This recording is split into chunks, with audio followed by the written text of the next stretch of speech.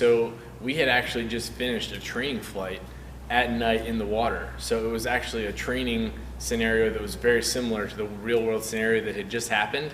And we came back, we washed off all of our gear, put it back in our lockers, and I was driving home when I got a call from Colonel Lowe, and he basically said, hey, we heard that a MV-22 went down and we need you to recall your team back to the squadron. From my perspective, I was very nervous at first because the aircraft fuselage was severely damaged, and just from what I had seen, I was basically hoping that all the Marines would be okay inside. Luckily, we got there in time and all of our gear was ready, and we had trained to something very similar.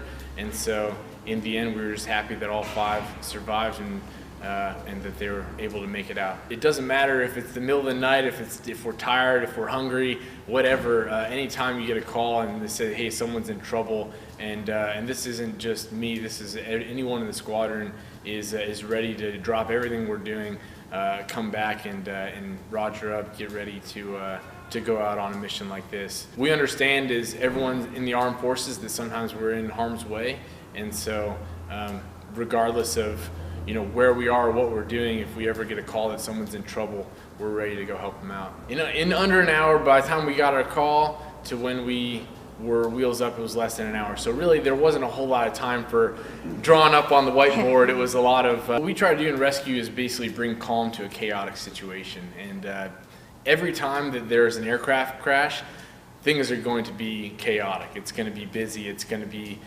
stressful, and so basically whenever we reach the patient, we basically try to get a feel for, hey man, what's your name, how you doing, and basically try to get them to talk to us and let them know how they're doing. And so we try to calm down those that were standing by that maybe were a little freaked out, and then but I'll tell you, that aircrew is very, very tough group of Marines, and they handled the situation well. And that's one thing I wanted to say too, is that basically whenever we go out and train, we always try to think up of all the different scenarios that someone could be in trouble. Whether whoever's hurt, whether it's Army, Navy, Air Force, it doesn't really matter. And we train to all these different situations. And so we gladly train with not only other branches of service, but also our partner forces. We train day in and day out rescue scenarios, and actual missions are few and far between. And so if I go the rest of my career without an aircraft going down, I'd be happy, but at the same time, if an aircraft does go down, my squadron, my team, and I will be ready. An unfortunate event, or an accident during refueling, but we're very, very fortunate that all 5 of our Marines are fine. 4 of them are back on full duty, and 1 of them is still getting some care. But we're very, very fortunate. It could have turned out very, very differently. So I think the great bravery of the aircrew, the pilot, the co-pilot, and the team, and I think their decision to go into the water instead of trying to fly a damaged airplane over Okinawan homes, going back to the air base at Fatema, was the right decision. And the ability to land that airplane in a manner that no one was severely hurt is a testament to the great airmanship of our crew. And you combine that with the immediate reaction of the 31st and 33rd Squadron, I think we took a bad situation and prevented it from becoming a disaster. Magnificent performance, really, by the Marines and their decision, and by the aircrew and their actions. And again, as I told the aircrew yesterday, I sleep pretty good at night knowing that if we need them, and I hope we never need them again, but if we need the 31st and 33rd Squadrons, that I know they're ready at a moment's notice to launch and go search and rescue our Marines, sailors, soldiers, airmen, and as I said, our allies as well. So I'm very proud of their contributions to this great alliance and to the important work that we're doing in defense of our nation and Japan. I think from the minute that the pilot and co-pilot decided to put that airplane in the water, there were a series of conscious decisions made by both the Marines and by the 31st and 33rd air crew, the air rescue crew. Conscious decisions that exhibited great training. You don't just jump in a rescue helicopter and go out to sea. Okay? They were successful because they have trained for this mission, they have prepared for this mission, they're focused on this mission, and they do it exceptionally well, better than anyone else. That's why they are the professionals that they are. But it's tough, realistic training that enabled them that night, in the middle of the night, to be able to respond to this emergency. And you know, by their actions, they certainly prevented a bad situation from becoming a disaster. And we're just so proud of the hard work and training that they put in to be able to respond on a moment's notice to a distress and a downed aircraft. We saw yesterday the ability for the Air Force 31st and 33rd Rescue Squadron to put together in short order a mission to go rescue our downed crew.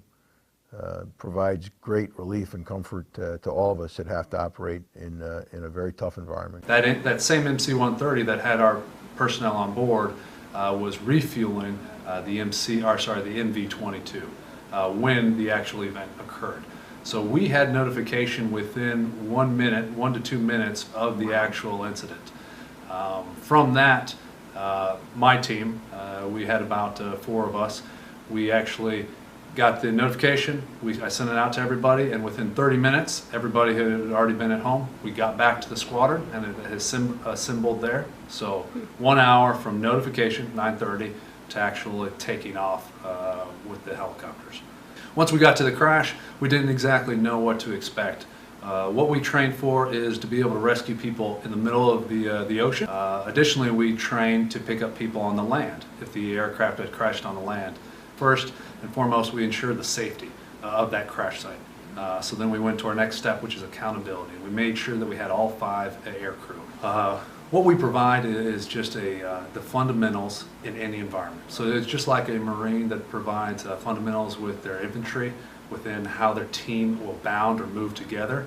Those are the fundamentals that we provide within rescue. So for us, it is safety, accountability, triage, consolidate, and then exfil. Very simple, but it's where we've got to get good is in what environment. So it could be in the middle of an ocean, we do those same steps. On the top of a mountain, same steps. And in this case, in an area that is not ocean and is not mountain, but it's right in between. So for, you know, whether it be we're training at the Jungle Warfare Center with Marines, whether it be we are utilizing ranges of the Marines, or if it's us just going to exercise together, you know, that's how we kind of build that bond between the 18th Wing. So, thank you. Now I understand we got a couple of staff sergeants that are not here as well that are TAD. Correct, yes, sir. Before, fortunately and unfortunately, and but fortunately, so I knew what this team is capable of doing. When I got the phone call that said Osprey down, you know, your heart just goes into your third. Responded magnificently once again. A whole lot better at night knowing you guys are where you are and able to respond. And should there be that terribly unfortunate event where we have an aircraft that goes down, knowing that this team is on the job and ready to launch and go take care and find our guys is incredibly comforting. So thank all of you for what you do. I'm proud as hell of all the airmen that we have here, and as a senior military guy in Okinawa, you know, I consider you my airman, and I'm proud of our association. We're sequestered here. It's you know